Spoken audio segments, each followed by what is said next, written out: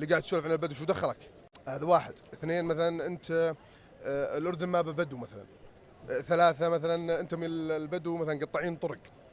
كيف بدت الفكرة؟ يعني انا قبل وانا صغير يا اخي خلص عندي حب القعده مع كبار، يعني كل الاطفال تلقينهم يلعبون يروحون. انا يوم اجي في ناس بيحبوا يقعدوا مع الكبار ويسمعوا عيال يلعبون برا وانا قاعد معهم، بس يعني اتسمع على كلامهم، اسمع قصصهم. صار موقف معين، انا يعني كانت النقطه الفاصله، صار موقف معين، مشكله صارت بالشارع العام الاردني، فجيت انا اسولف يعني انه يعني ما هكذا تورد الابل، يعني مو بهيك الطريقه مثلا يصير يعني الواحد في تصرف معين لاهل الباديه، لا الواجب ان نتصرف.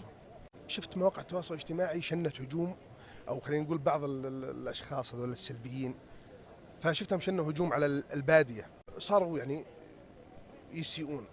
الاردن وين؟ انت اردني، يعني ايش اللي قاعد تسولف عن البدو شو دخلك؟ هذا واحد. اثنين مثلا